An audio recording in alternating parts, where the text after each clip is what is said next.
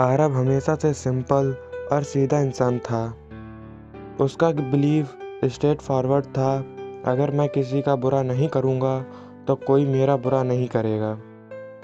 उसकी life honesty पर चलती थी और वो जेन्युइनली मानता था कि दुनिया फेयरनेस पे ऑपरेट करती है। लेकिन सच तो ये है कि दुनिया सिंपल लोगों को रिस्पेक्ट नहीं करती, दुनिया उनको यूज़ करती है, जो बोलते नहीं बस सहते रहते हैं। कॉलेज के दिनों में आरब का एक फ्रेंड ग्रुप था। ग्रुप मतलब वो उनका हेल्पर था। जैसे आरब अपने नोट्स और असाइनमेंट देता था और ग्रुप प्रोजेक्ट देता था, सब बोलते ब्रो तू तो असली दोस्त है, और आरब स्माइल कर देता। एक बार उसने अपने बर्थडे पर सबको इनवाइट किया, घर सजाया, केक खरीदा और वेट करता रहा।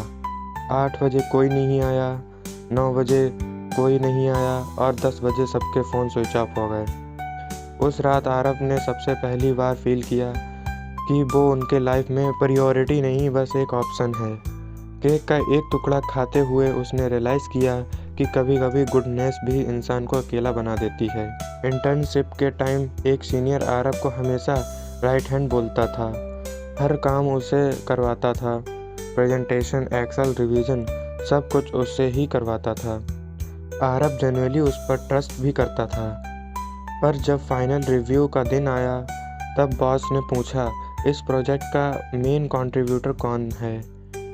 सीनियर ने बिना शर्माए बोला, मोस्टली मैं ही था, बस थोड़ा सपोर्ट आरब ने किया। आरब ये सुनकर चुप खड़ा रहा। वो प्रोजेक्ट जिसमें उसने रातों की नींद गंवा दी, वो अब किसी और के नाम हो चुका था। और आरब ने फिर से सेम गलती दोहराई। उसने रिएक्ट नहीं किया। फिर एक दिन उसका कज़न परेशानी में उसके पास आया रुपए उधार मांगने। तब आरब ने अपनी सारी बचत दे दी और कज़न बोला, नेक्स्ट मंथ दे दूंगा। ये प्रॉमिस करके कज़न गायब हो गया। फिर मैसेज सीन हुए, कॉल इग्नोर हुई और फैमिली बोली, बेटा इतना सीधा मत बनो, दुनिया चालाक है। आरब को पहली बार ये सब सुनकर गुस्सा आया। वो रोया नहीं, अंदर से टूटा भी नहीं, लेकिन उसे अपने अंदर बहुत बुरा महसूस हुआ। उसने पहली बार फील किया कि शायद गलती अच्छा होने की नहीं, बल्कि गलती बाउंड्रीज ना होने की थी। उस रात आरब ने एक पेपर निकाला और लिखा, no more free help, no more spineless kindness, no more letting people use me, no more yes man. उसने डिसाइड किया, अच्छा रहूँगा पर किसी का डोरमेट नहीं बनूँगा, सीधा रहूँगा पर मूर्ख नहीं बनूँगा। अगली बार उसका ग्रुप फ्रेंड उससे नोट्स मांगने आए। आरब ने क्लीमली बोला, सॉरी बिजी हूँ, अपना खुद करो। उनके चेहरे पे ऑकवर्ड शॉक था। पहली बार आरब खुद के लिए खड़ा हुआ था। ऑफिस में जब सीनियर ने फिर से अर्जेंट वर्क डंप करने की कोशिश की, आरब ने सीधा कहा, सर ये मेरी रिस्पॉन्सिबिलिटी नहीं है, मेरे टास्क ऑलरेडी लाइंड हैं। सीनियर बोला, आरब एटीट्यूड आ गया?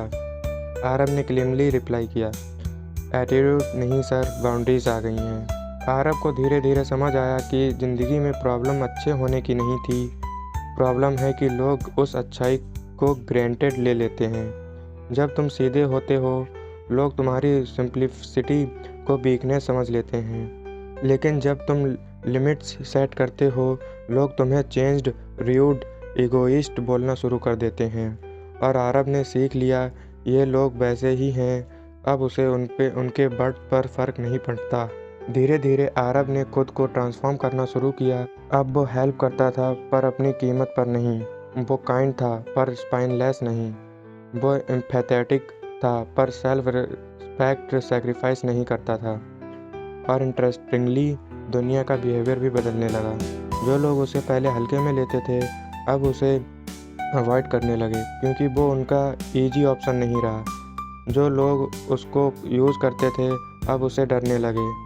और जो लोग जेन्युइनली अच्छे थे, उन्होंने आरब की पर्सनैलिटी नोटिस करना शुरू की। आरब ने एक चीज़ क्रिस्टल क्लियर सीखी, ज़िंदगी में तुम चाहे जितने अच्छे बन जाओ, लोग फिर भी जजमेंट करेंगे, तुम्हारे काइंडनेस का भी मजाक उड़ाएंगे, और कभी कभी तुम अच्छा इंसान होकर भी विलन बना दिए जाओगे।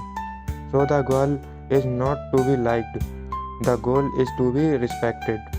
आरब की ये स्टोरी ऐसी है जो हर इंसान के अंदर छुपा हुआ एक दर्द छूती है, क्योंकि हम सबने कभी ना कभी फील किया है कि हमने जितना दिया उतना मिला नहीं, हमने जितना ट्रस्ट किया उतना टूटे हैं, और हम जितना सीधे हैं उतना ज़्यादा लोगों ने हमें लाइटली लिया, और हम कभी रियलाइज़ नहीं करते हैं कि दुनिया को हमारा अच्छा इंसान होना नहीं, हमारे स्ट्रॉन्ग होना चाहिए। एंड में आरब एक चीज़ क्लियर बोलता है, मैं बुरा नहीं बना, बस मैंने लोगों का बुरा सहना बंद कर दिया। यही लाइन हर लिसनर के दिल में सीधा चुभती है, क्योंकि स्ट्रेंथ का पहला स्टेप यही होता है, अपनी कमज़ोरी को पहचानना और फिर उसे अलाउ करना बंद करना।